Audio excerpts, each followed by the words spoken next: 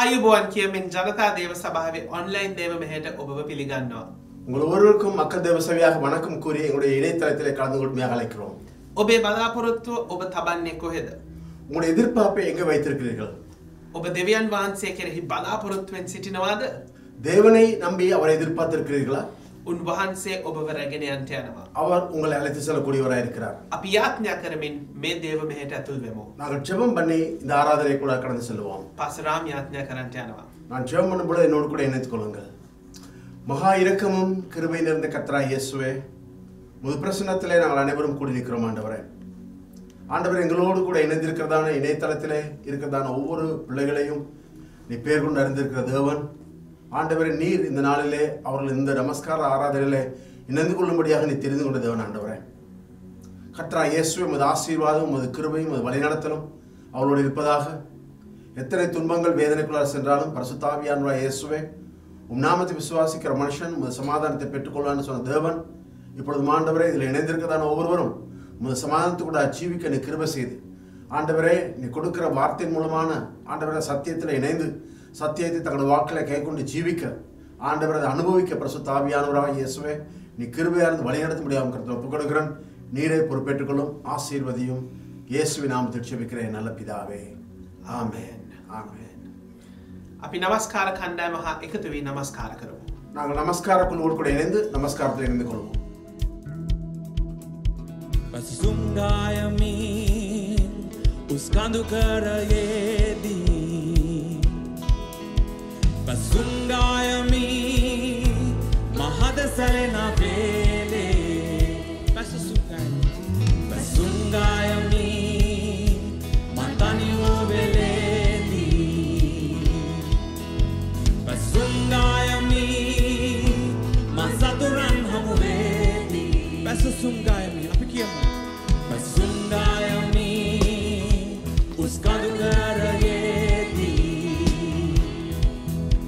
Pasunggayamin mahadasalena vele Pasunggayamin matani uveledi Pasunggayamin masaturan hamuvedi Atidek samadama pasasannemi Swami maatme pasasannemi Swami maatme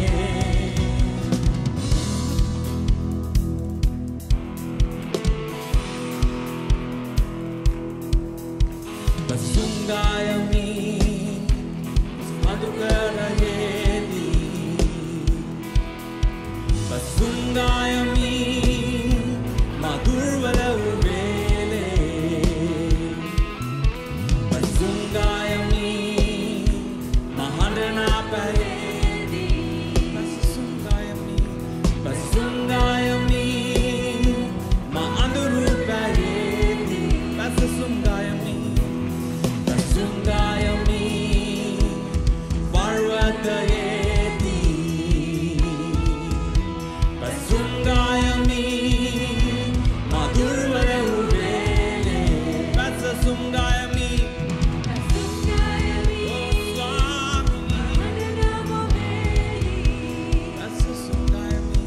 Pasunggayamin maanduru paredi Madiviyatitek samadama pasasannemi Swami maatme pasasannemi Swami maatme pasasannemi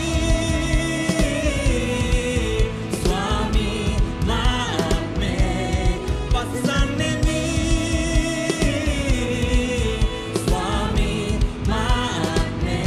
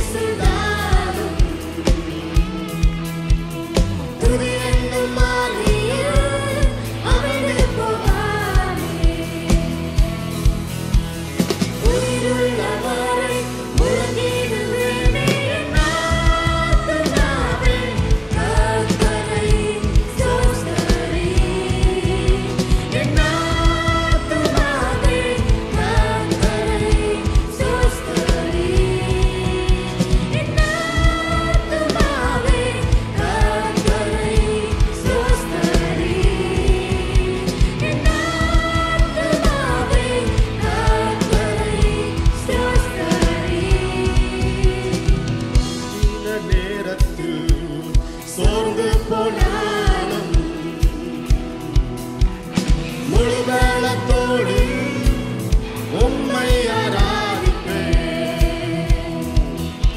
என் துதிகளும் கொடியல்ல, தகுதியிடும் ஆயுதம்.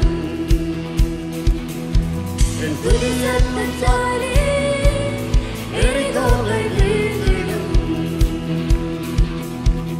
பலவீன நேரத்தில் Yes, Lord. சோர்ந்து போனாலும் முழு பலத்தோடு உம்மை ஆராதிப்பேன். என் துதிகளும் கொடியல்ல, Yes, Lord. தகுதியிடும் ஆயுதம். என் துதி சத்தத்தாலே எரிகோவை வீழ்ந்திடும். உயிருள்ளவரை முழங்கிடுவேனே. என் ஆத்துமாவே கர்த்தரை ஸ்தோத்திரி. நாம் ஆண்டவரை பார்த்துவோம். என் ஆத்துமாவே கர்த்தரை ஸ்தோத்திரி. என் ஆத்துமாவே கர்த்தரை ஸ்தோத்திரி. என் ஆத்துமாவே கர்த்தரை ஸ்தோத்திரி.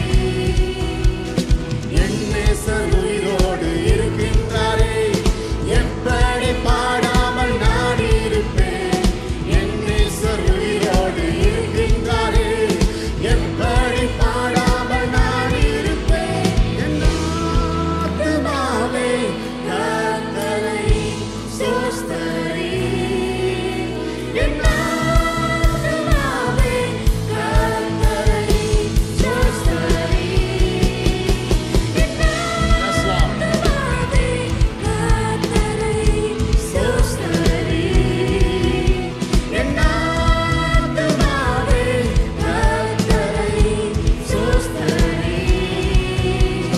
நீர் மாத்திரமே, நீர் மாத்திரமே, சர்வ சிருஷ்டிக்கும் நீர் மாத்திரமே,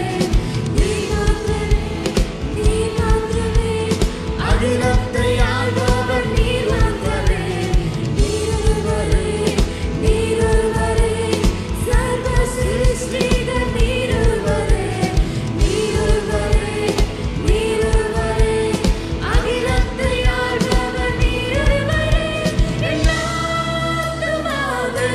கர்த்தரை ஸ்தோத்திரி. என் ஆத்துமாவே கர்த்தரை ஸ்தோத்திரி. என் ஆத்துமாவே கர்த்தரை ஸ்தோத்திரி. என் ஆத்துமாவே கர்த்தரை ஸ்தோத்திரி. ஆத்துமாவே கர்த்தரை ஸ்தோத்திரி. என் ஆத்துமாவே கர்த்தரை ஸ்தோத்திரி.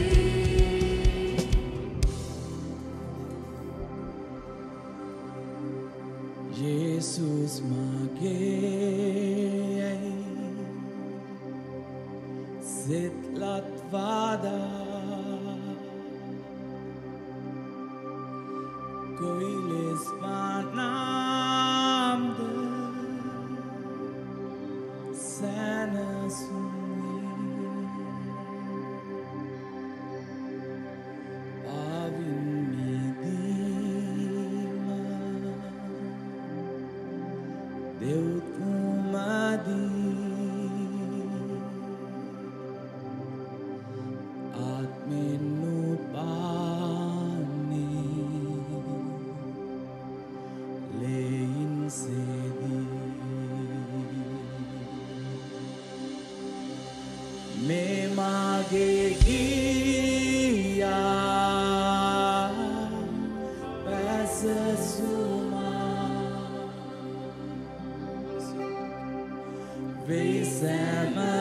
Vesamadama Hata deupu Me mage giya Pesa suma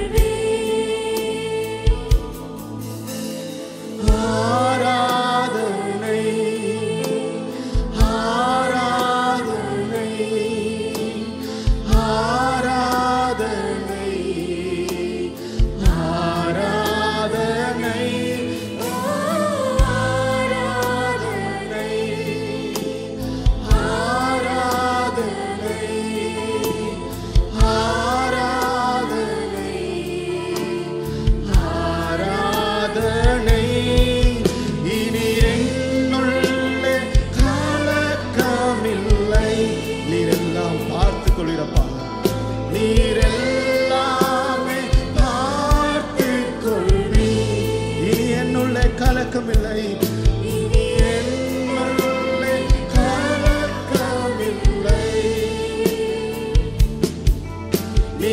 நீரெல்லாமே பார்த்துக் கொள்வீர் யெகோவா ராபா நீரின் தேவனா யெகோவா ராபா நீரின் தேவனா நோய்கள் சுமந்து கொண்டீர்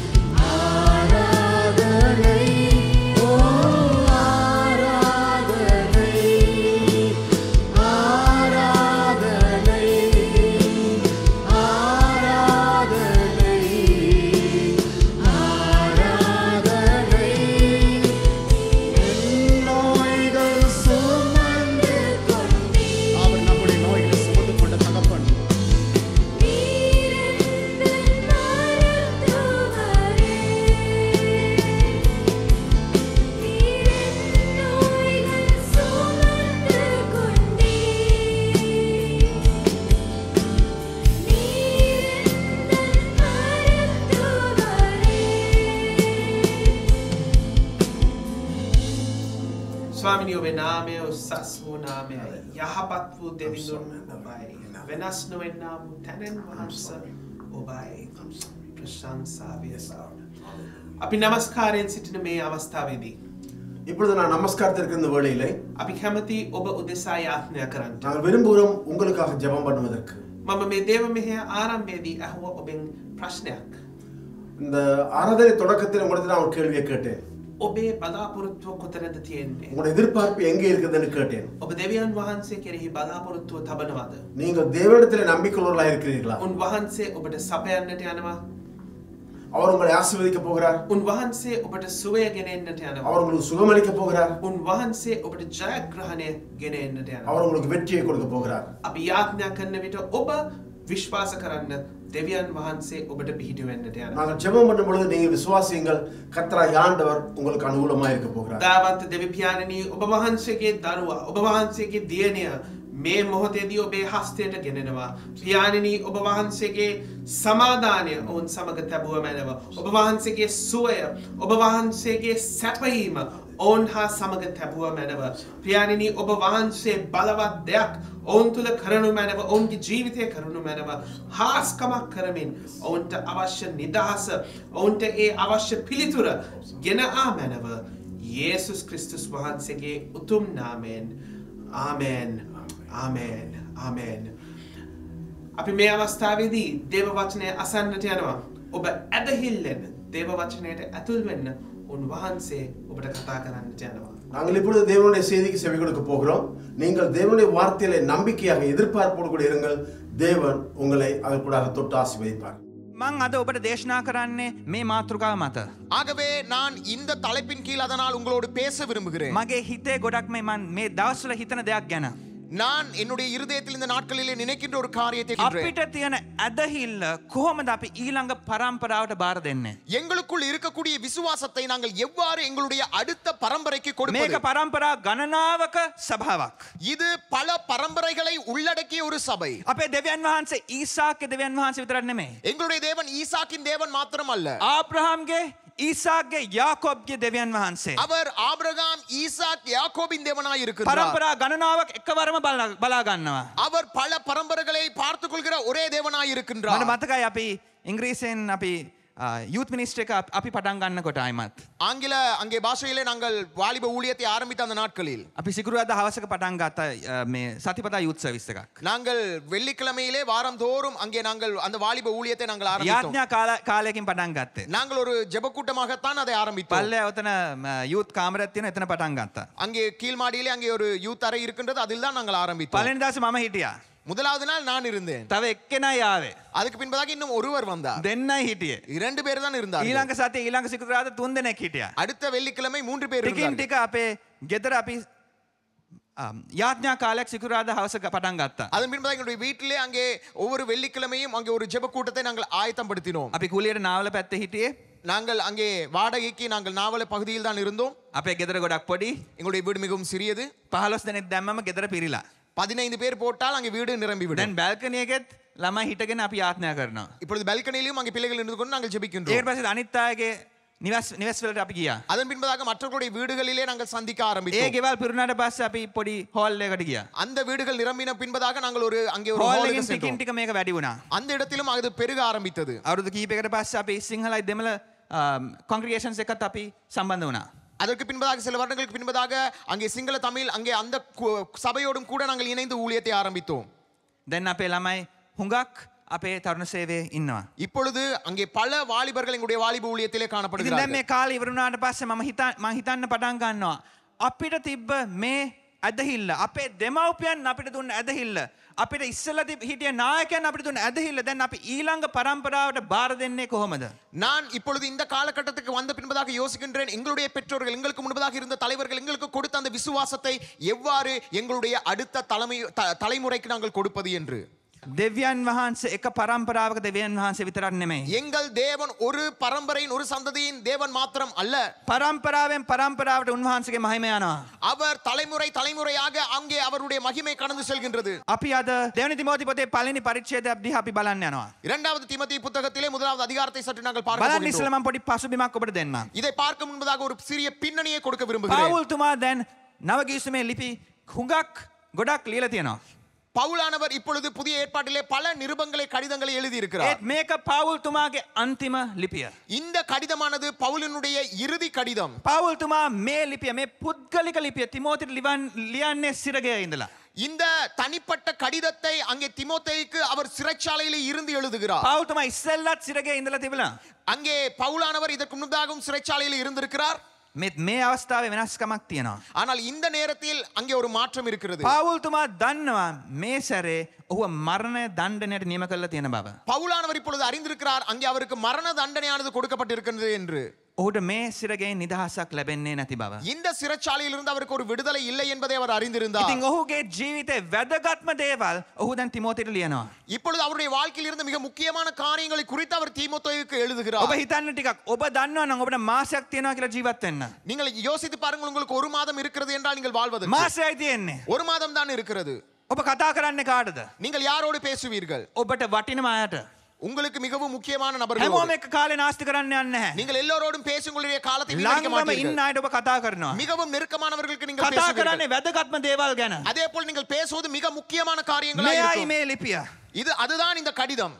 පවුල්තුමා ඔහුගේ ආත්මික පුතාට කියනවා එන්න මාව බලන්න. அங்கே அவர் அவருடைய ஆவிக்குரிய மகனுக்கு கூறுகிறார், வா என்னை பாரு என்று. මගේ සිතේ තිබෙන වැදගත්ම දේවල් මම ඔබට කියනවා. என்னுடைய இருதயத்தில் இருக்கக்கூடிய மிக முக்கியமான காரியங்களை உன்னோடு கூட பேச விரும்புகிறேன் என்று අපි கூறுகிறார். කියවමු.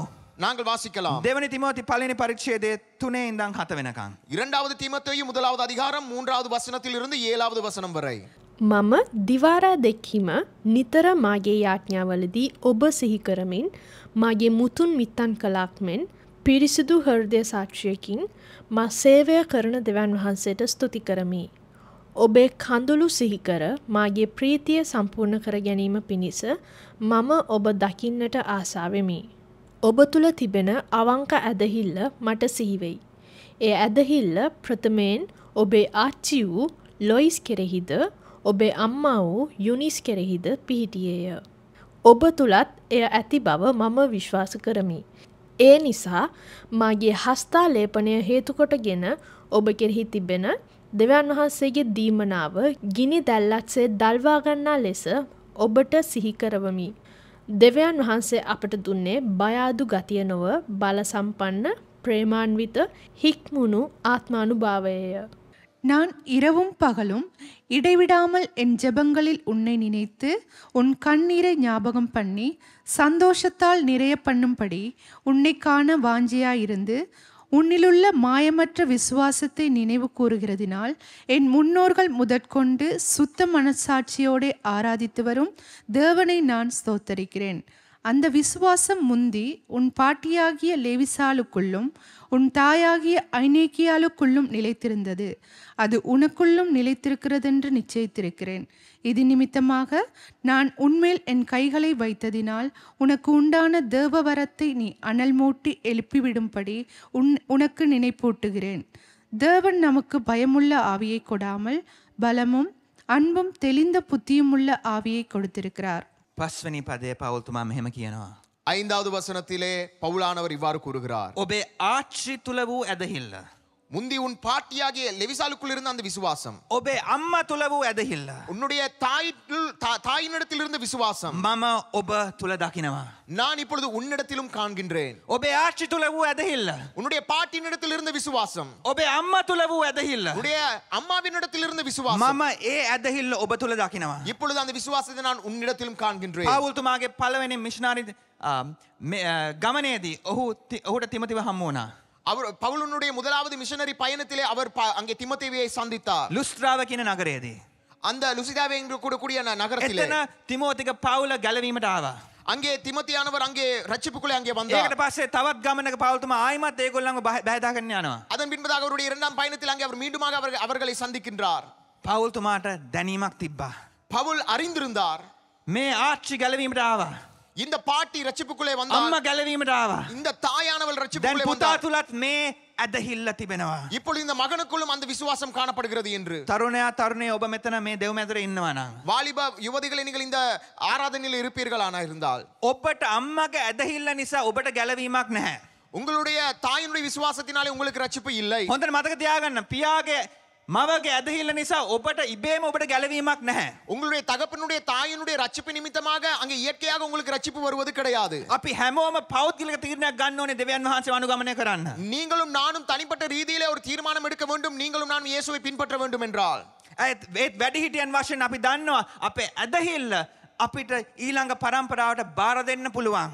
ஆனால் பெரியவர்களாக நாங்கள் அறிந்திருக்கின்றோம் எங்களுக்கு முடியும் எங்களுடைய விசுவாசத்தை எங்களுடைய அடுத்த தலைமுறைக்கு ஒப்பு கொடுக்க. උන්වහන්සේ දෙන පිපාසය අපිට බාර දෙන්න පුළුවන්. அவரை குறித்து எங்களுக்கு இருக்கிற தாகத்தை எங்களுக்கு முடியும் எங்களுடைய அடுத்த தலைமுறைக்கு அங்கே ஒப்பு கொடுக்க. උන්වහන්සේ ගැන තියෙන ඒ දර්ශනය අපිට බාර දෙන්න පුළුවන්. தேவனை குறித்து எங்களுக்கு இருக்கிற தரிசனத்தை எங்களுக்கு முடியும் எங்களுடைய அடுத்த பரம்பரைக்கு ஒப்பு கொடுக்க. ඉතින් මෙයයි මගේ මාතෘකාව. ஆகவே இதுதான் என்னுடைய தலைப்பு. අපේ ඇදහිල්ල ඊළඟ පරම්පරාවට අපි බාර දෙන්නේ කෙසේද?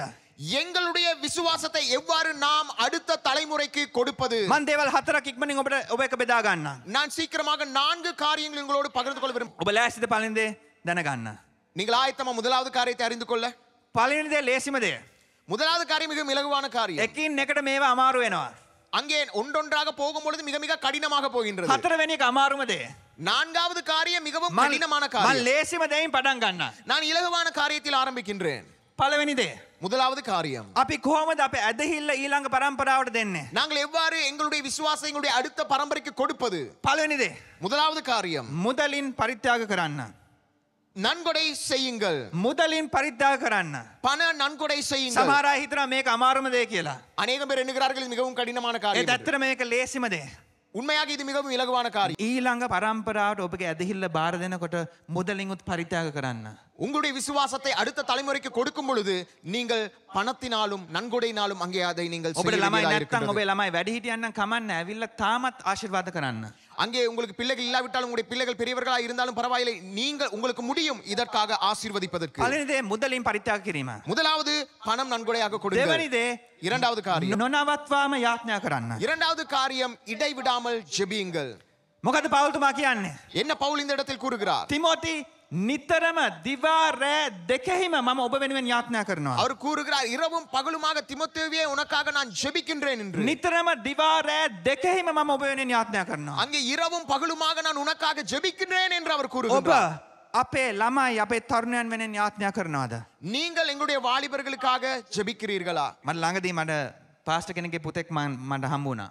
ஒரு போதகருடைய மகனை நான் அருகாமையில நான் சந்தித்தேன். එයා මට කිව්වා පාස්ටර් මම අවුරුදු 7-8කට මම දෙවියන් වහන්සේගෙන් ඈත් වෙලා හිටියා. அவர் கூறினார் 7-8 வருடங்களாக நான் தேவனை விட்டு விலகி இருந்தேன். ඒත් පාස්ටර් දැන් මගේ ඇදහිල්ල දැන් ගොඩක් වැඩි වෙලා මම දෙවියන් වහන්සේට ස්ථාවර වෙලා. ஆனால் இப்பொழுது என்னுடைய விசுவாசம் அதிகரித்திருக்கிறது. இப்பொழுது நான் தேவனுக்குள் உறுதியாக இருக்கிறேன். මං කිව්වා මොකක්ද උනේ කොහොමද ඔයා ආයිමත් ආවේ? நான் அவரிடத்தில் கேட்டேன் நீங்கள் எப்படி வந்தீர்கள் ඔයාට இப்ப කවුරු හරි කතා කරාද? உங்களுக்கு யாராவது பேசினார்களா? ඔයාට පෙන්වුවාද ඔයා හරි මාර්ගය? உங்களுக்கு யாராவது காண்பித்தார்களா சரியான பாதையை? ඔයා දේශනාවක් ඇහුවද? நீங்கள் ஒரு பிரசங்கத்தை මොන கேட்டீர்களா? හරි බයිබල් පණිවිඩයක් හින්දා ඔයාගේ හිත වෙනස් වුණාද? ஏதாவது வேத வார்த்தையின் மூலமா உங்களுடைய வாழ்க்கை மாறினதா என்று நான் கேட்டேன். එයා කිව්වා නෑ පාස්ටර් මම මගේ දෙමව්පියන්ව දැක්කා. அவர் கூறினார் இல்லை நான் என்னுடைய ඒ අවුරුදු பெற்றோர்களை 7-8දී අපි ගැටුණා ගොඩක්. கடந்த 7-8 வருடங்களாக எனக்கு பெற்றோர்களோடு ஒரு முரண்பாடு இருந்தது. ඒත් හැම දවසම මම දැක්කා පාස්ටර්. ஆனால் ஒவ்வொரு நாளும் என்னுடைய பெற்றோர்களை நான் பார்த்தேன். ඔවුන් දැනගෙන හිටියේ නෑ මම බලාගෙන ඉන්නවා කියලා. அவர்களுக்கு தெரியாது நான் அவர்களை பார்த்து கொண்டிருக்கிறேன் என்று. හැම දවසෙම ඒ දෙන්න මා වෙනුවෙන් යාඥා කරනවා. அவர்கள் ஒவ்வொரு நாளும் ஒவ்வொரு இரவும் எனக்காக ஜெபித்தார்கள். ඒ හින්දා තමයි මගේ හිත වෙනස් වුනේ. அதனால் தான் என்னுடைய இருதயம் மாறினது. නොනවත්වාම අපේ ළමයි වෙනුවෙන් යාඥා කරන්න. இடைவிடாமல் எங்களுடைய பிள்ளைகளுக்காக நீங்கள் ஜெபிக்க வேண்டும். යාඥා කරන්න. ஜெபம் பண்ணுங்கள். තුන්වෙනිව. மூன்றாவது පළවෙනි එක මොකද්ද? முதலாவது என்ன? අපේ ඊළඟ පරම්පරාවට අපේ ඇදහිල්ල අපි බාර දෙන්නේ කොහොමද? எங்களுடைய அடுத்த தலைமுறைக்கு எங்களுடைய விசுவாசத்தை எப்படி நாங்கள் அங்கே ஒப்பு கொடுப்பது? මුදලින් පරිත්‍යාග කරන්න. ஒன்று நீங்கள் பண நன்கொடையை கொடுங்கள். නොනවත්ව යාඥා කරන්න. இரண்டாவது இடைவிடாமல் ஜெபம் செய்யுங்கள். ඇදහිල්ලෙන් යවන්න. விசுவாசத்தில் அனுப்புங்கள். ඇදහිල්ලෙන් යවන්න. விசுவாசத்தில் මම அனுப்புங்கள். මේක ඔබට පැහැදිලි කරන්න. நான் இதை உங்களுக்கு தெளிவுபடுத்துகிறேன். උන්වහන්සේ හමු වෙන්න තිබෙන හැම අවස්ථාවකට ඔවුන්ව යොමු කරන්න. தேவனை சந்திக்க அவர்களுக்கு கிடைக்கக்கூடிய எல்லா சந்தர்ப்பத்திற்கும் உங்களுடைய பிள்ளைகளை நீங்கள் அனுப்புங்கள். උන්වහන්සේගේ අභිමුඛත්වයේ තිබෙන හැම වාතාවරණයකට ඔබේ ළමයාව යවන්න. தேவனுடைய பிரசனம் காணப்படக்கூடிய எல்லா சூழ்நிலைக்கும் சந்தர்ப்பத்துக்கும் உங்களுடைய பிள்ளைகளை நீங்கள் அனுப்புங்கள். දෙමාපියන් හැටියට අපි හිතනවා අපි ඒගොල්ලන්ට හොඳ ගෙයක් දුන්නොත් අන්න අනාගතය සෙට් වෙලා කියලා. நாங்கள் நினைக்கிறோம் பெற்றோர்களாக அவர்களுக்கு ஒரு அழகிய வீடை கொடுத்தால் அவர்களுடைய எதிர்காலம் எதிர்காலம் நன்றாக இருக்கும் என்று. ඔබේ දරුවට ඔබ ගෙයක් දුන්නා කියලා ඔවුන්ගේ අනාගතය සුරක්ෂිත වෙන්නේ නැහැ. உங்களுடைய பிள்ளைகளுக்கு நீங்கள் ஒரு வீட்டை கொடுப்பதனால் அவருடைய எதிர்காலம் பாதுகாக்கப்படாது. ඔබගේ දරුවට හොඳ අධ්‍යාපනයක් දුන්නා කියලා ඔවුන්ගේ අනාගතය සුරක්ෂිත වෙන්නේ உங்களுடைய නැහැ. பிள்ளைகளுக்கு நல்ல கல்வியை கொடுப்பதினால் அவருடைய எதிர்காலம் பாதுகாப்படையாது. දන්න ලොකු කෙනෙක්ට ගිහින් ඒගොල්ලන්ට රක්ෂාවක් හම්බු කරා කියලා ඔවුන්ගේ අනාගතය සුරක්ෂිත වෙන්නේ නැහැ. அவர்களுக்கு ஒரு நல்ல ஒரு வேலை கிடைப்பதினால் அவருடைய எதிர்காலம் பாதுகாக்கப்படாது. හොඳට අහගන්න. நன்றாக கேட்டுக்கொள்ளுங்கள். හොඳ පවුලකින් බිරිඳක් හෝ සැමියෙක් හොයාගත්ත කියලා ඔවුන්ගේ අනාගතය සුරක්ෂිත වෙන්නේ නැහැ. ஒரு நல்ல குடும்பத்தில் நல்ல ஒரு கணவனையோ மனைவியோ அவர்கள் பெற்றுக்கொள்வதினாலும் அவர்களுடைய எதிர்காலம் அங்கே பாதுகாக்கப்படாது. බඳින්න කවුරු හරි හොයාගත්ත කියලා ඔවුන්ගේ අනාගතය සුරක්ෂිත වෙන්නේ නැහැ. திருமணமாக யாராயாவது அவர்கள் தேடிக் கொள்வதினாலும் அவர்களுடைய எதிர்காலம் பாதுகாப்படையாது. සමහර අය சிலர் පාස්ටර් මේගොල්ලන්ට සබත් පාස්ටර් එන්න වෙලාව නැහැ. சிலர் அங்கே கூறுகிறார்கள் அவர்களுக்கு ஞாயிறு பாடசாலை வருவதற்கு போதுகிறே அங்கே நேரம் இல்லை. අවුරුදු 10 11යි ටියුෂන් ක්ලාස් තියෙනවා ඉරිදා. ஏனென்றால் 10 வயது 12 வயது அவர்களுக்கு ஞாயிற்றுக்கிழமையிலே அங்கே டியூஷன் கிளாஸ் இருக்கிறது. තරුණ කුඩා කණ්ඩායමට එන්න වෙලා නැහැ. அவர்களுக்கு வாலிப சிறு குழுக்களுக்கு வருவதற்கு நேரம் இல்லை. ඇයි විභාග වලට අපි සූදානම් වෙනවා. ஏனென்றால் பரீட்சைகளுக்கு நாங்கள் ஆயத்தமாகிறோம். ඒක වැදගත් දේවල්. அது முக்கியமான காரியங்கள் தான். ඒත් අපි දෙමව්පියන් හැටියට වැඩිම ප්‍රමුඛත්වය දෙන්නේ මොකටද? ஆனால் பெற்றோர்களாக எங்களுடைய வாழ்க்கையில எங்களுடைய பிள்ளைகளுக்கு நாங்கள் எதற்கு முன்னுரிமை கொடுக்கின்றோம்? අපි හිතනවා අපි හරි ලොකු එක්කෙනාට කතා කරොත් අපේ දරුවට හොඳ අවස්ථාවක් ලබා ගන්න පුළුවන්. நாங்கள் நினைக்கிறோம் யாராவது ஒரு பெரிய ஆளுக்கு நாங்கள் பேசினால் எங்களுடைய பிள்ளைகளுக்கு ஒரு நல்ல சந்தர்ப்பம் கிடைக்கும். ඒ තැනත්තා ඉස්සරහ අපේ දරුවව දැම්මම මොන හරි හොඳ දෙයක් අපේ දරුවට වෙයි කියලා. அந்த நபருக்கு முன்பதாக எங்களுடைய பிள்ளையை கொண்டு போகும் பொழுது அவருடைய எதிர்காலம் நன்றாக வந்துவிடும் என்று எண்ணுகிறோம். අපි ආයෝජනය කරලා සල්ලි ගොඩක් දාලා කොහොම හරි අපේ දරුවව හොඳ අධ්‍යාපනයක් දෙන්න පුළුවන්. நாங்கள் பல முதலீடு செய்து அவர்களுக்கு ஒரு நல்ல கல்வியை கொடுக்க முடியும். වැදගත්ම දේවල් වලට අපි සමහරලාට අපේ දරුවන්ව යවන්නේ නැහැ. ஆனால் அவர்களுடைய வாழ்க்கைக்கு மிக மிக முக்கியமான காரியங்களுக்காக நாங்கள் அவர்களை அனுப்புவது கிடையாது. උන්වහන්සේගේ බලවත් ආත්මයක් තිබෙන තැන්වලට ඔබේ දරුවව යවන්න. தேவனுடைய வல்லமையான பிரசன்னம் காணப்படும் இடங்களுக்கு உங்களுடைய பிள்ளைகளை அனுப்புங்கள். ළමයිව යවන්න. பிள்ளைகளை அனுப்புங்கள். ඇදහිල්ලෙන් යවන්න. விசுவாசத்திலே உங்களுடைய பிள்ளைகளை යාඥා කරලා அனுப்புங்கள். යවන්න. ஜெபத்தோடு அவர்களை උන්වහන්සේ அனுப்புங்கள். මහත් දෙයක් කරන්න යනවා. தேவன் வல்லமையான காரியத்தை செய்ய போகிறார். සමහර අය කියනවා சிலர் கூறுகிறார்கள் පාස්ටර් මම එව්වා. போதகரை நான் அனுப்பினேன். ඒත් ඒගොල්ලන්ට ආස නැහැ. ஆனாலும் அவர்களுக்கு මේ விருப்பம் ආස இல்லை. නැති හින්දා මම ආයෙමත් එවන්නේ නැහැ. அவர்கள் விருப்பம் இல்லாததினால் அவர்கள் மீண்டும் அனுப்புவது கிடையாது. ඔබගේ ළමයා உங்களுடைய பிள்ளை ඉස්කෝලේට ගියාම பாடசாலைக்கு சென்றவுடன் ඒකට පස්සේ ඇවිල්ලා කිව්වා අම්මේ මං ඉස්කෝලේ ආසනේ මං ආයෙමත් යන්නේ නැහැ. அவர்கள் வந்து கூறினால் எனக்கு பாடசாலை பிடிக்கவில்லை நான் மீண்டும் பாடசாலை போக மாட்டேன் මොකද என்று. ළමයාට කියන්නේ? நீங்கள் உங்களுடைய பிள்ளைகளுக்கு என்ன கூறுவீர்கள்? කට වහගනින් උඹ හෙට යනවා.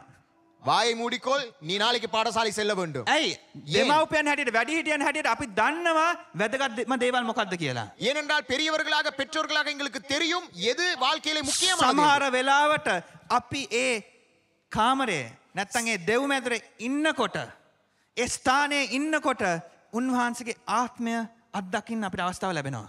அங்கே நாங்கள் தேவனுடைய மண்டபத்தில் தேவனுடைய பிரசனம் இருக்கிற இடத்தில் நாங்கள் இருக்கும் பொழுது அங்கே எங்களால் முடியும் தேவனுடைய பிரசனத்தை මම அனுபவிக்க. පොඩි කාලේ මං හැදුනේ වැඩනේ මේ ස්ථානේ නෙමෙයි.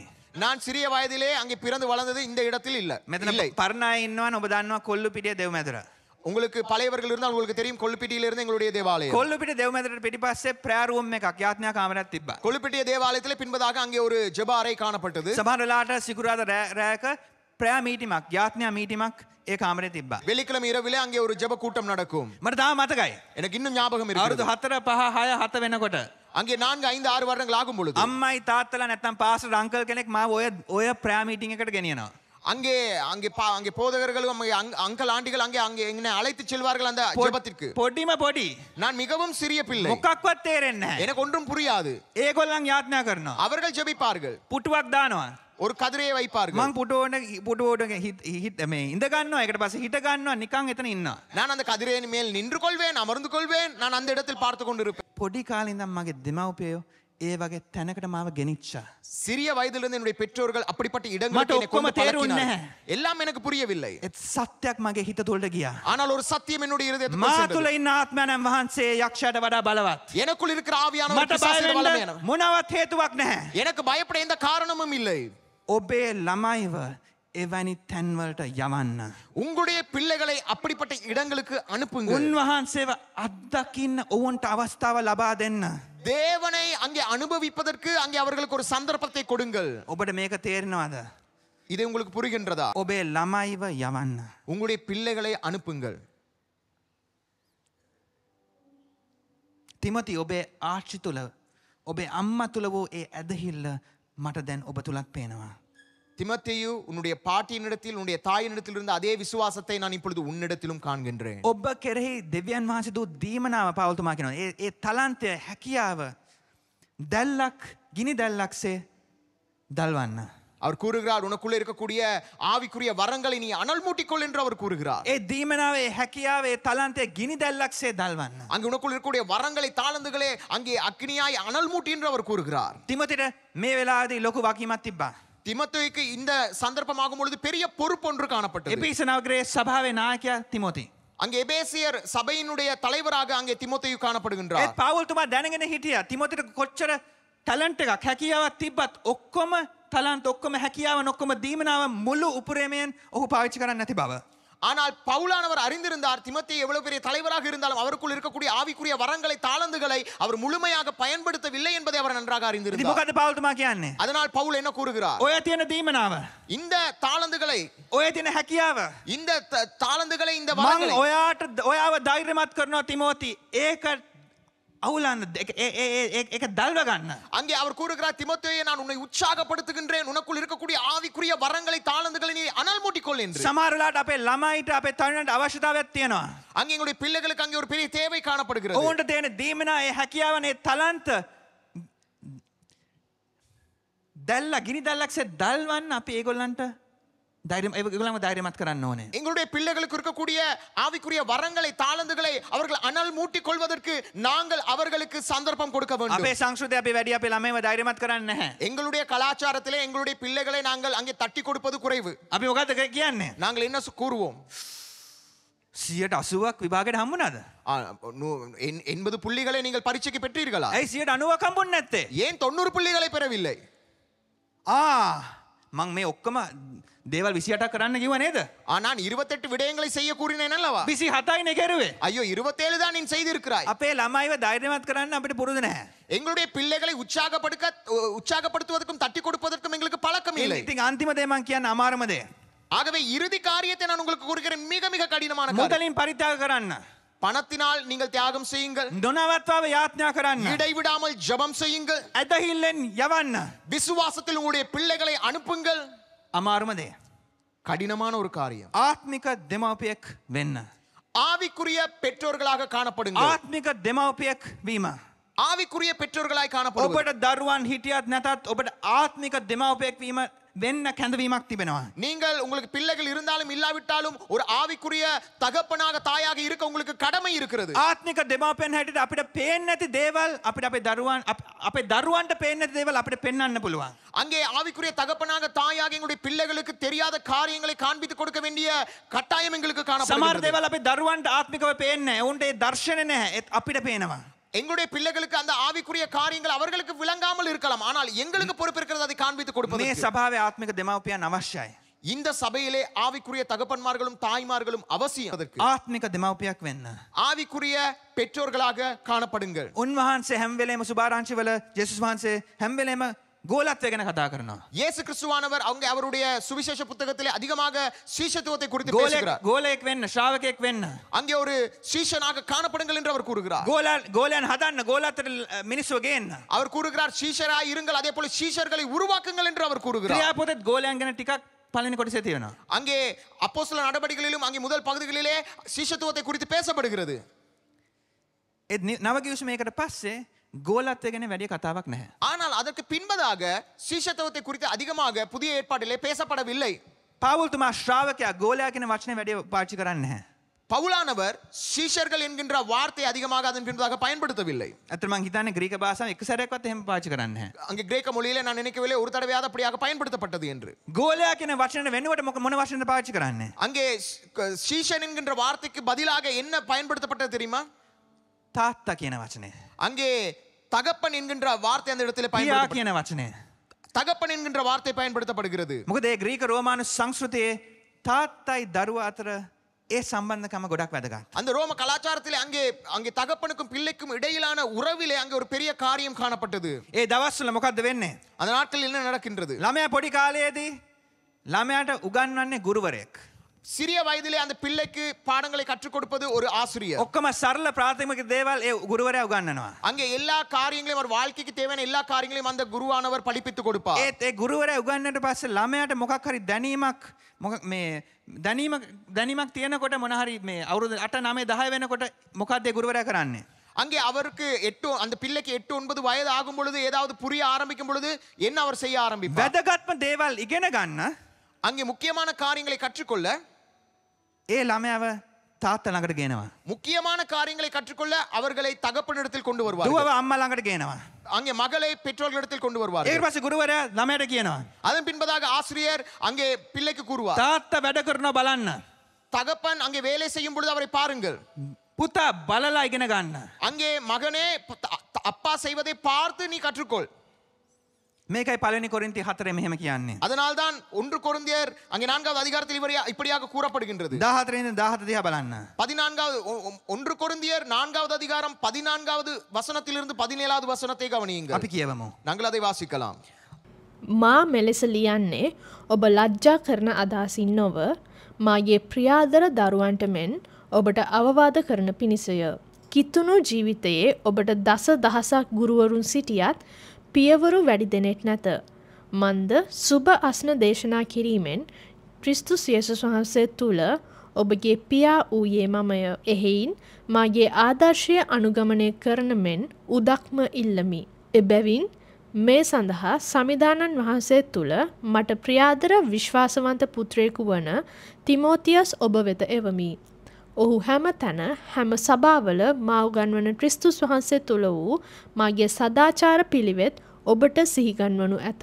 உங்களை வெட்கப்படுத்தும் படிக்கு நான் இவைகளை எழுதவில்லை. நீங்கள் எனக்கு பிரியமான பிள்ளைகள் என்று உங்களுக்கு புத்தி சொல்லுகிறேன். கிறிஸ்துவுக்குள் 10,000 உபாத்தியாயர்கள் உங்களுக்கு இருந்தாலும் தகப்பன்மார் அநேகர் உங்களுக்கு இல்லையே. கிறிஸ்து இயேசுவுக்குள் சுவிசேஷத்தினால் நான் உங்களை பெற்றேன். ஆகையால் என்னை பின்பற்றுகிறவர்களாகுங்கள் என்று உங்களுக்கு புத்தி சொல்லுகிறேன். இது நிமித்தமாக எனக்கு பிரியமும் கர்த்தருக்குள் உண்மையும் உள்ள என் குமாரனாகிய தீமோத்தேயுவை உங்களிடத்தில் அனுப்பினேன். நான் எங்கும் எந்த சபையிலும் போதித்து வருகிற பிரகாரம் கிறிஸ்துவுக்குள்ளான என் நடக்கைகளை அவன் உங்களுக்கு ஞாபகப்படுத்துவான். පවුල්තුමා කියනවා මම ඔබට දරුවන්සේ අවවාද කරනවා. அங்கே பவுலானவர் கூறுகிறார், ஒரு பிள்ளைக்கு மகனுக்கு அங்கே எச்சரிப்பது போல நான் உங்களை எச்சரிக்கின்றேன். ගුරුවරුන් දසදහසක් හිටියත් පියවරුන් ඉන්නේ එක්කෙනයි. அங்கே 14,000 அங்கே ஆசிரியர்கள் இருந்தாலும் அங்கே ஒரு தகப்பனே காணப்படுகிறார். ඔබගේ පියා මමයි කියලා පවුල්තුමා කියනවා. பவுல் கூறுகிறார், நானே உங்களுக்கு தகப்பனாய் இருக்கிறேன். මගේ ආත්මික පුතා තිමෝතියස් කියලා මේක කියනවා. அங்கே என்னுடைய ஆவிக்குரிய மகனாகிய தீமோத்தேயுவே என்று இந்த வசனத்தில் පවුල්තුමා கூறப்படுகிறது. තිමෝතිව ගණන් ගත්තේ ආත්මික පුතෙක් හැටියට. அங்கே பவுலானவர் தீமோத்தேயுவை கண்டது அவருடைய ஆவிக்குரிய மகனாக. මං අවසන් කරන්න යනවා. நான் இதை முடிக்க விரும்புகிறேன். මගේ හිතේ තියෙන දේ ඔබට මං කියන්න හදන්නේ. நான் என்னுடைய இருதயத்தில் இருக்கிற காரியத்தை உங்களுக்கு கூற விரும்புகிறேன். සමහර අය ඉන්නවා මෙතන. சிலர் இந்த இடத்தில் இருக்கிறீர்கள். ඔබ කියනවා நீங்கள் கூறுகிறீர்கள், පාස්ටර් போதகரே, මගේ දරුවා ඔබ දන්නේ නැහැ. உங்களுக்கு என்னுடைய பிள்ளை தெரியாது. පාස්ටර් මගේ දරුවා මට කීකරු වෙන්නේ නැහැ. என்னுடைய பிள்ளை எனக்கு கீழ்ப்படியவில்லை. මගේ දරුවා දෙවියන් වහන්සේගෙන් ඈත් වෙලා. என்னுடைய பிள்ளை தேவனை விட்டு பிரிந்திருக்கிறது. දැන් එයාට අවුරුදු 20යි 21යි 22යි දැන් සභාවටවත් එන්නේ නැහැ. இப்பொழுது அவருக்கு 21 22 வயதாகுது. இப்பொழுது அங்கே ஆலயத்துக்கும் வருவது கிடையாது. මගේ දරුවා එක්ක මං හැම වෙලේම ගැටෙනවා. என்னுடைய பிள்ளையோடு நான் இப்பொழுது முரண்படுகிறேன். ඔබට කැඳවීමක් තියෙනවා තාම. ඒ දරුවගේ දෙමව්පියා වෙන්න. உங்களுக்கு இன்னும் அழைப்பு இருக்கின்றது அந்த பிள்ளையினுடைய பெற்றோர்களாய் காணப்படுவதற்கு. අපිට යාඥා කරන්න පුළුවන් ඒගොල්ලන් වෙනුවෙන්. எங்களுக்கு முடியும் அவர்களுக்காக සමහර ஜெபிப்பதற்கு. වෙලාවට අපේ දරුවන්ට කැඳවීමක් තියෙනවා. ඒ කැඳවීමේ ඈත්ව ඔවුන් ජීවත් වෙනවා. எங்களுடைய பிள்ளைகளுக்கு ஒரு அழைப்பு காணப்படுகிறது. எங்களுடைய பிள்ளைகள் அந்த அழைப்பை விட்டு தூரமாய் வாழலாம். අපේ සමහර ළමයින් ඔවුන්ගේ චරිතය ඔවුන්ගේ කැඳවීමට පිටිපස්සෙන් තිබෙන්නේ.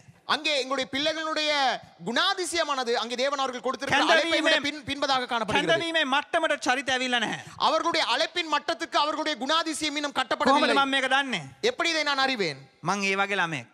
நானும் அப்படிதான் காணப்பட்டேன். මං පොඩි කාලේ ඉඳන් මේ සභාවේ. நான் சிறிய வயதிலிருந்து இந்த ஆலயத்தில் தான் இருந்தேன். මං වගේ පව්කාරයෝ නැහැ. என்னை போல ஒரு பாவி இருக்கவில்லை. හොඳට වෙස් මූණක් දාගෙන මං පව් කරා.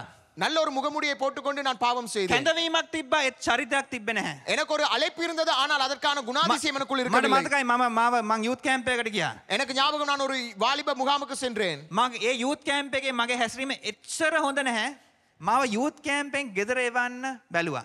அங்கே அந்த வாலிப முகாமிலே என்னுடைய நடத்தையானது அவ்வளவு மோசமாக இருந்தது ஏனென்றால் அந்த முகாமை விட்டு என்னை வெளியே அனுப்பினார்கள். මගේම යූත් ලීඩර් මගේම යූත් පාස්ටර්ස්ලා මාව කැම්ප් එකෙන් එලවන්න හැදුවා. என்னுடைய வாலிப போதகர்கள் அங்கே தலைவர்கள் என்னை அந்த முகாமை விட்டு வெளியே அனுப்ப அங்கே தீர்மானித்தார்கள். මායි තව එක අයියා කෙනෙක්. என்னையும் இன்னும் ஒரு அண்ணனையும். ඒ අයියලා දෙන්නව තමයි. ඒ දෙන්න විතර කැම්ප් එක 400ක් ඉන්නවා. අපි දෙන්න විතරක් මේ එලවන්න ගියා. முகாமிலே 400 பேர் இருந்தார்கள். ஆனால் இந்த 2 பேரே அந்த முகாமை விட்டு வெளியே துரத்துவதற்கு அவர்கள் தீர்மானித்தார்கள். මම මේ කතාව ඉස්සෙල්ලා මගේ යූත් වෙලාට කියලා තියෙනවා. நான் வாலிபர்கள் இந்த கதையை நான் முன்பதாக கூறி இருக்கின்றேன். කැම්ප් එකෙන් දෙන්නව එච්චර නපුරු විදියට අපි හැසිරුණා. ஏனென்றால் அவ்வளவு மோசமாக நாங்கள் நடந்து கொண்டோம் அந்த முகாமிலே. චරිතය කැඳවීමේ මට්ටමට ඇවිල්ලා නැහැ. எங்களுடைய குணாதிசயம் எங்களுடைய அழைப்பின் மட்டத்துக்கு வளரவில்லை. ඒත් අපේ දරුවන්ට කැඳවීමක් තිබෙනවා. ஆனால் எங்களுடைய பிள்ளைகளுக்கு ஒரு அழைப்பு இருக்கிறது. ඒත් ආත්මික පරිවර්තනය වුණත් සැබෑ ගෝලත්වය වෙන්නේ ආත්මික දෙමාපියන් තුලින්. அங்கே அவர்களுடைய வாழ்க்கையில் ஆவிக்குரிய மாற்றம் ஏற்பட்டாலும் அங்கே அவர்களுடைய சீஷத்துவமானது ஆவிக்குரிய சீஷத்துவமானது நடப்பது அங்கே ஆவிக்குரிய தகப்பன்மாரோடு தாய்மாரோடு. ඔබට ආත්මික දෙමාපියෙක් වෙන්න ඔබට කැඳවීමක් තිබෙනවා. உங்களுக்கு ஒரு ஆவிக்குரிய தகப்பனாய் தாயாய் காணப்பட உங்களுக்கு ஒரு அழைப்பு காணப்படுகிறது. අපේ දෙවියන් වහන්සේ ඊසාක්ගේ දෙවියන් වහන්සේ විතරක් නෙමෙයි. எங்களுடைய தேவன் ஈசாக்கின் தேவன் மாத்திரம் அல்ல. ආබ්‍රහම්ගෙත් ஆபிரகாமின் ඊසාක්ගෙත් ஈசாக்கின் යොෂුවගේ මේ යාකෝබ්ගේ දෙවියන් වහන්සේ. யாக்கோபின் தேவனாய் காணப்படுகின்றார். උන්වහන්සේ මෝසෙස්ට කතා කරා. அவர் மோசையோடு பேசினார். ඇවිලනේ ගිනි පඳුර තුලින් උන්වහන්සේ කතා කරා. அந்த அக்கினி முச்செடியிலே அவர் பேசினார். උන්වහන්සේ පොරොන්දුවක් දුන්නා. அவர் ஒரு வாக்குதத்தத்தை கொடுத்தார். ඒතේ පොරොන්දුව ඉෂ්ට වුණේ යොෂුව තුලින්. ஆனால் அந்த வாக்குதத்தம் நிறைவேறியது யோசுவாவின் மூலமாக. අපිට පරම්පරාවෙන් පරම්පරාවට එකිනෙකාව අත්‍යවශ්‍යයි. எங்களுக்கு தலைமுறை தலைமுறையாக ஒவ்வொருவரும் அவசியமானவர்களாய் මෙතන காணப்படுகிறார்கள். තරකාරීත්වයක් නැහැ. இந்த இடத்தில் போட்டி இல்லை. ප්‍රඥාව එන්නේ වැඩිමහල්ලන්ගෙන්. அங்கே ஞானம் வருவது பெரியவர்களிடத்தில் இருந்து. සමහර අය කියනවා පාස්ටර් මේ තරුණ අයට ප්‍රඥාවක් නැහැ. அங்கே சிலர் கூறுகிறார் இந்த வாலிபர்களுக்கு எந்த விதமான ஞானமும் இல்லை. මෝඩ විදියට වැඩ කරනවා පාස්ටර්. அவர்கள் முட்டாள்தனமாக මෝඩ செயல்படுகிறார்கள். තීරණ ගන්නවා පාස්ටර්. முட்டாள்தனமான தீர்மானங்களை எடுக்கிறார்கள். තරුණ පරම්පරාවට ප්‍රඥාව නැහැ කියලා කියන්න බෑ අපිට. අපි අපේ ප්‍රඥාව ඕන්න එක බෙදා ගන්න නැත්තම්. நாங்கள் எங்களுடைய ஞானத்தை எங்களுடைய வாலிபர்களோடு பகிர்ந்து கொள்ளாவிட்டால் அவர்களுக்கு ஞானம் இல்லை என்று கூறுவதில் பிரயோசனம் இல்லை. ඔබේ ජීවිතේ ඔබේ ජීවිතය ගැන ටිකක් හිතන්න. உங்களுடைய வாழ்க்கையை குறித்து சற்று யோசியுங்கள். ඔබට දරුවෙක් ඉන්න පුළුවන්. உங்களுக்கு ஒரு பிள்ளை இருக்கலாம். නැත්තම් ඔබ තරුණයන් දැනගෙන ඉන්න පුළුවන්. இல்லாவிட்டால் நீங்கள் வாலிபர்களை அறிந்திருக்கலாம். ඔබ පුරුද්දක් වශයෙන් ඔබේ ළමයිව ධෛර්යමත් කරනවද? நீங்கள் அங்கே வழக்கமாக ஒரு பழக்கமாக நீங்கள் உங்களுடைய பிள்ளைகளை உற்சாகப்படுத்துகிறீர்கள். දෙවියන් වහන්සේගේ සැලැස්ම කොච්චර අපූර්වයි කියලා ඔබ ළමයට කියලා තියනවද? தேவனுடைய திட்டம் எவ்வளவு அழகானது என்பதை நீங்கள் உங்களுடைய பிள்ளைகளுக்கு கூறி இருக்கிறீர்கள். ඔවුන්ට ආදරය කියලා ඔබ කියලා තියනවද? அவர்களை நேசிக்கிறேன் என்று அவர்களுக்கு கூறி இருக்கிறீர்கள். දෙවියන් වහන්සේ ඔවුන්ට ප්‍රේම කරනවා කියලා කියලා තියනවද? தேவன் அவர்களை நேசிக்கிறார் என்று நீங்கள் அவர்களுக்கு கூறி இருக்கிறீர்களா? මෙන්න ඔබේ අවස්ථාව. இதுதான் உங்களுடைய சந்தர்ப்பம். ළමයි ඇදහිල්ලෙන් වැඩ කරන්න ඉස්සෙල්ලා දෙමාපියන් වැඩිහිටියන් ඇදහිල්ලෙන් වැඩ කරන්න ඕනේ. பிள்ளைகள் விசுவாசத்திலே அங்கே செயற்பட முன்பதாக பெற்றோர்கள் விசுவாசத்திலே ඔබ ඇස් වසා ගන්න මෙතන. உங்களுடைய கண்களை மூடிக்கொள்ளுங்கள். ස්වාමිනී ඔබ වහන්සේගේ වචනය නිසා අපි ස්තුතිවන්ත වෙනවා. පියාණෙනි ඔබ වහන්සේගේ වචනයට කීකරුවෙන්ටත් ඒ විතරක් නෙවෙයි ස්වාමිනී ඔබ වහන්සේ පෙන්වන්නා වූ ඒ ගෝලත්වයට ඇතුල් වෙන්න ස්වාමිනී ඔබ වහන්සේ කියන මාර්ගේ යන්ට අපට උපකාර කරන්න පියාණෙනි. ස්වාමිනී ඔබේ කරුණාවට අපි යටහත් වෙනවා.